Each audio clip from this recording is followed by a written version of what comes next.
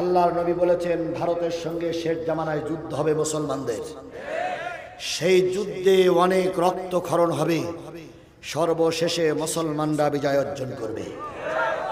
আর আল্লাহ রসুল বলেছেন ওই ভারত একদিন ভেঙে খান খান হবে।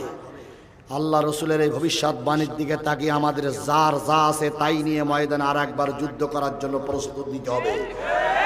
আমরা প্রয়োজনে না খেয়ে থাকবো, প্রয়োজনে একটা কাপড়ে মাসের পর মাস চালাবো, তবু ভারত জেনে রেখো তোমার কাছে মুসলমানরা মাথা নত করবে না, করবে না, করবে না।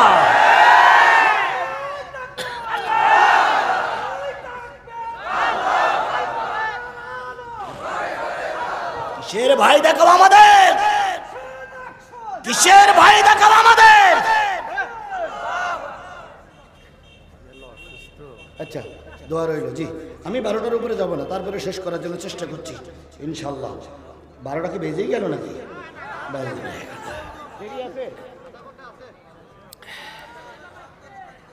আল্লাহ দিনের খাতিরে কবুল করুক। আরো জোরে বলেন আমিন, আরো জোরে আমিন, আরো জোরে। বন্ধুগণ, আর আধা ঘন্টা সময় থাকা যাবে না, আর আধা ঘন্টা সময় থাকা যাবে না। আজকের এই মাহফিল চলছে, আগামী দিন মাহফিল হতেও পারে, নাও হতে পারে। আমি যেখানে কথা বলছি আরো কয়েকটা দাওয়াত আমার সামাদ ভাই দিয়েছে, ওই কয়টা মাহফিল হলি সুবহানাল্লাহ, না হলি আলহামদুলিল্লাহ।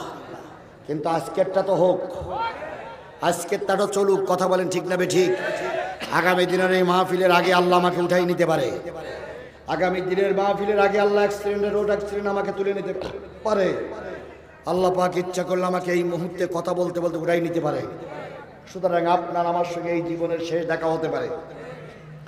মুসাফিরের দোয়া যে কবুল হয় এর ভিতরে কোনো সন্দেহ আছে? আমি 400 কিলোমিটার দূর থেকে আসছি, নিঃসন্দেহে কোরআন হাদিসের দৃষ্টিকোণ থেকে আমি মুসলমান, আমি মুসাফির। মাসলুমের দোয়া কবুল হয়। আমার নামে 20টা মামলা, 20টা মামলা মাথায় করে নিয়ে গোটা দেশ সফর করছি। আমি একজন মাজলুম। আয়না ঘরে যতগুলো লোক থেকেছে আমিও সেই আয়না ঘরের একজন সাথী। 5 দিনের ভিতরে আমার চোখ মোটে খুলিনি, আমার হাতের বাঁধন খুলিনি, পার বাঁধন খুলিনি। পেশাবগুলো করতে হয়েছে চোখ বাঁধা অবস্থায়। ওরা একটা বালতি দিত, সেই বালতিতে পেশাব করতে হয়েছে। পায়খানাগুলো করার সময় একটুখানি হয়তো একটা হাত খুলে দিত, কিন্তু এমনকি পানি খরচ করার মতন, পানি দিয়ে পরিষ্কার করার মতন পানি ওরা দিত না। টিস্যু দিয়ে পরিষ্কার করে 5টা দিন কাটাতে হয়েছে। 5 দিনের ভিতরে দুনিয়ার মুখ ওরা দেখতে দেয়নি। আমি সেই ব্যক্তি। 4 দিনের মাথায় আমাকে রাজপথে নিয়ে গেল, নিয়ে যেয়ে গুলি করে মারার জন্য সমস্ত পরিকল্পনা শেষ। শেষ পর্যন্ত রাইফেলের মাথা আমার বুকি ঠেকাই যখন গুলির স্টিকার টান দিল, আল্লাহর কি খেলা, সেদিন গুলি বাহির হয়নি। সেদিন যদি গুলি বাহির হতো এতদিন আমার হাল কঙ্কাল আলাদা হয়ে যেত। কথা বলেন ঠিক না ঠিক? সেই বিপদের দিন থেকে, সেই বিপদ থেকে আল্লাহ আমাকে বাঁচাই রেখেছে। 300 দিন আমি 3বার জেল কেটেছি, সব মিলে 300 দিন জেলখানার ভিতরে থাকতে হয়েছে। এতগুলো ঘাত প্রতিঘাত পেরিয়ে এসে আজকের কোরআন নিয়ে কথা বলছি। আমার বিশ্বাস সলঙ্গার মানুষের আল্লাহ আজকে আমাদের দোয়াগুলো ফিরাইয়ে দেবে না। সুতরাং আমাকে ফেলাই রেখে আপনারা যাবেন এর আমি আশাবাদী নই। আমি চাই যে সবাই মিলে আমরা দোয়া করে বাড়ি যাব ইনশাআল্লাহ।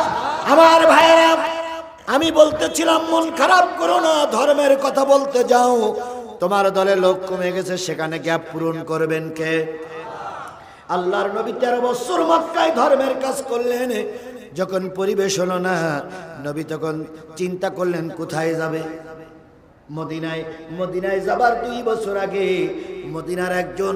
মদিনার একজন বিশাল নেতা ছিল, নাম তার জালবিব। কি নাম? বর্গে জয়কাল্লাহ বয় দীর্ঘিব জালবিব, ইহুদি বিরাট লিডার। তার কোন জিনিসের কমতি নাই। আছে বিরাট লাইব্রেরি, আছে বিরাট ঘোড়াশালা, আছে হাজার হাজার বিঘে জমি, আছে খেজুরের বাগান, আছে গমের ক্ষেত, বিশাল সম্পত্তির মালিক। উনি ছিলেন একজন ইহুদি ধর্মযাজক। ইহুদির বাড়িতে বিরাট বইয়ের লাইব্রেরি, ওই ইহুদির ঘরে কোলজোড়া একটা সন্তান আসলো। সন্তানটার বয়স কেবল মাত্র 10 থেকে 11 বছর হয়েছে। এমত অবস্থায় ওই জালবি সন্তানটারে নিয়ে লাইব্রেরির ভিতরে যায়। লাইব্রেরির ভিতরে যে যত নামি দামি বই পুস্তক আছে সব পড়ে পড়ে সন্তানটারে শোনায়। আজকে 3 নম্বর তাকের থেকে বই পড়ে, কালকে 4 নম্বর তাকের থেকে বই পড়ে, পরশুদিন 5 নম্বর তাকের থেকে বই পড়ে, তারপরের দিন 18 নম্বর তাকের থেকে বই পড়ে। ছোট ছেলেটারে শোনায়, কিন্তু ওই তাকের 19 নম্বর তাকে সুন্দর করে মমি করে সুন্দর কায়দা করে একটা কার যেন নাম বাঁধা আছে, একটা কৌটা আছে। ওই কৌটাটা সোনার কৌটা, রূপা দিয়ে মোহরাবৃতি করে অনন্তকালের জন্য বেঁধে রেখেছে, মুখটা খোলা হবে না। ছেলে একদিন জিজ্ঞেস করলাম, আব্বু 19 নম্বর তাকে যেটা আছে ওটা তো তুমি একবারও আমার দেখাও না, ওটার ভিতরে কি আছে? ইহুদি জালবি বড় ইসলামের দুশমন বলে দিল, বাজান বয়স এখন ছোট, কিছুদিন পরে যখন তুমি বড় হবা, আমি যখন মৃত্যুবরণ করব, 19 নম্বর তাকের থেকে কৌটাটা খুলবা। খোলার পরে ওই কৌটার ভিতরে একজন মহামানবের নাম পরিচয় জানা লেখা আছে। ওই লোকটারে যদি মেরে দিতে পারো, ইহুদি ধর্ম চিরকালের জন্য স্থায়িত্ব পাবে। মুসলিম শরীফ 6201 নম্বর হাদিস। মুসলিম শরীফ 6201 নম্বর হাদিস। আমার ভাইরা, এই ছোট হুবহাব চিন্তা করে কিভাবে 19 নম্বর তাকের থেকে ওই লোকটির নাম শুনবা। আমার আলোচনার বিষয় হচ্ছে, ভয় পেও না, লোক তৈরি করতে পারছো না, তোমার দলের লোক আমি আল্লাহ নিজেই তৈরি করে দেব। কোথা থেকে তৈরি হবে তুমি জানো না। তোমার কাজ, তুমি ময়দানে নামো, তোমার দায়িত্ব ময়দানে নামার, আর ময়দান দখল করার দায়িত্ব আমি আল্লাহ।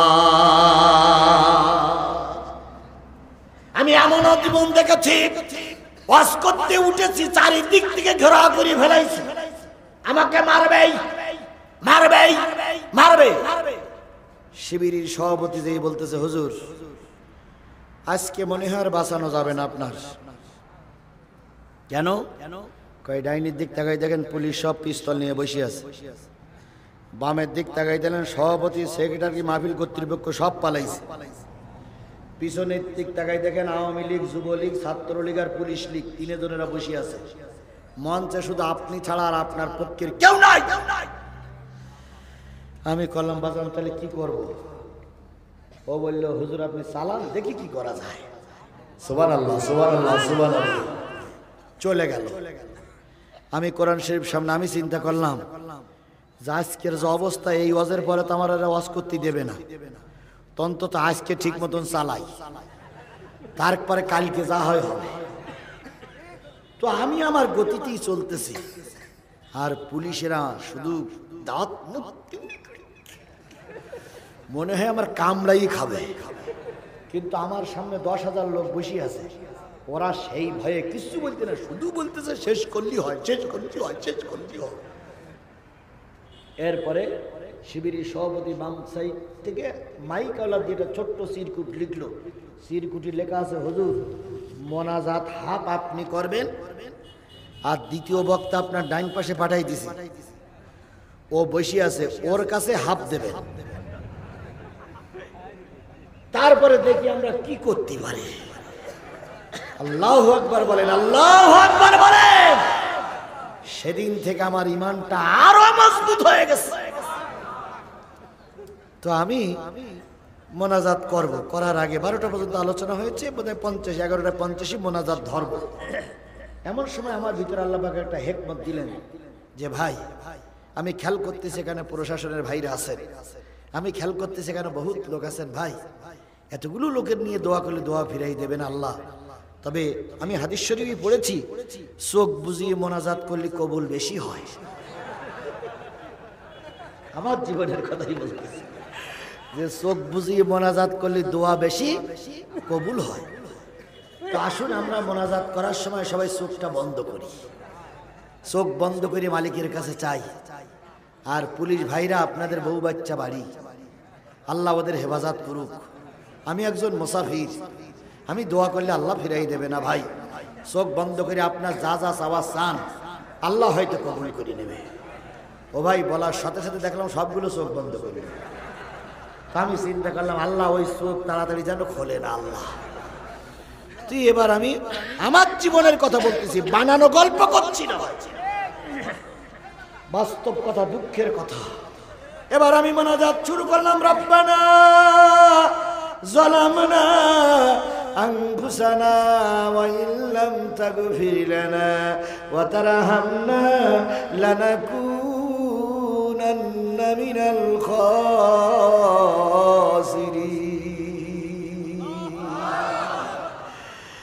রাব্বিরহামহুমা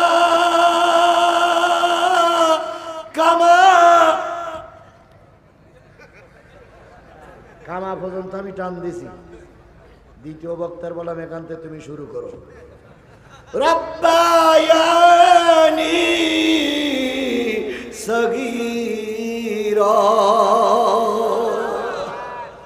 আমার দায়িত্ব রাব্বিরহামহুমা কামা পর্যন্ত, ওনার দায়িত্ব এবার ওখান থেকে শুরু। দ্বিতীয় বক্তা মোনাজাত করতেই আছে আর ওরা চোখ বন্ধ করে আমিন আমিন বলতেই আছে। অধিক শিবিরের সভাপতি বলে দিয়েছে ভাই 15 মিনিট অন্তত লম্বা মোনাজাত করবেন যাতে করে হুজুর নিয়ে বেরিয়ে যেতে পারি। তারপরে আখিরি দাওয়ানা আলহামদুলিল্লাহ বলবেন, যা হয় হবে। মোনাজাত করতে আছে সবাই চোখ বন্ধ।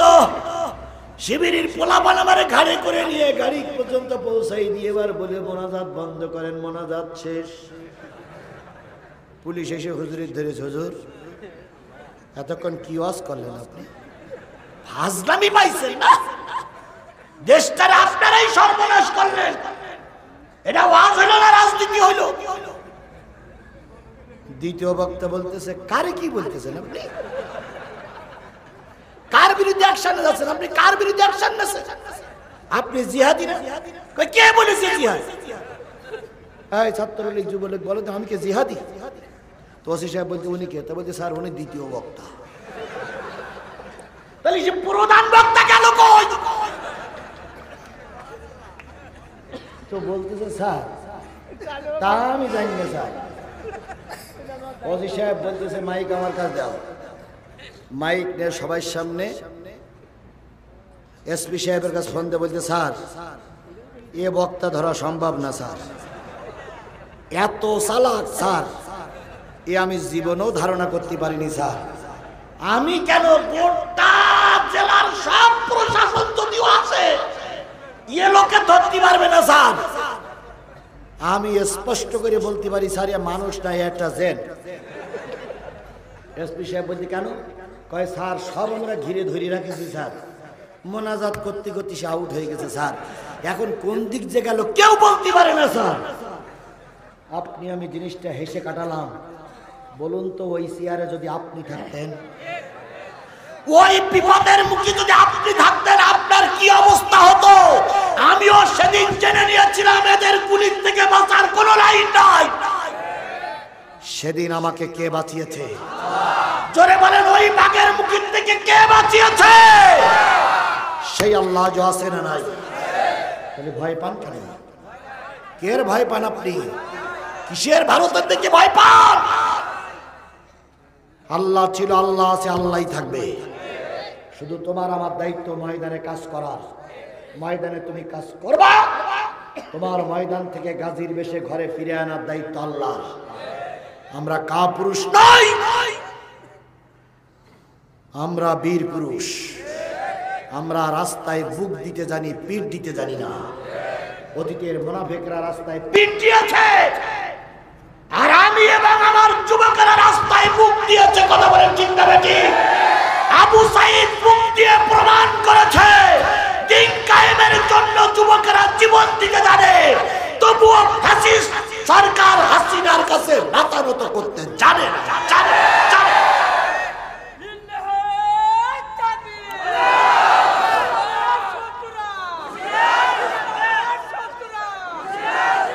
এখন ওনারা প্রায় বলতেন খেলা হবে, আমরা তখন খেলা করার জন্য ময়দানে আসো। আসো খেলি, দেখি তুমি কোন মায়ের দুধ খেয়েছো আর আমি কোন মায়ের দুধ খেয়েছি। ময়দানে আসো, খেলা হবে। মা শুধু তুমি ভালো হয়ে যাও, এ কথাকে বলবে আর পালিয়ে গেছে কাদের, কেউ জানে না খবর তার, ভালো হয়ে যায়।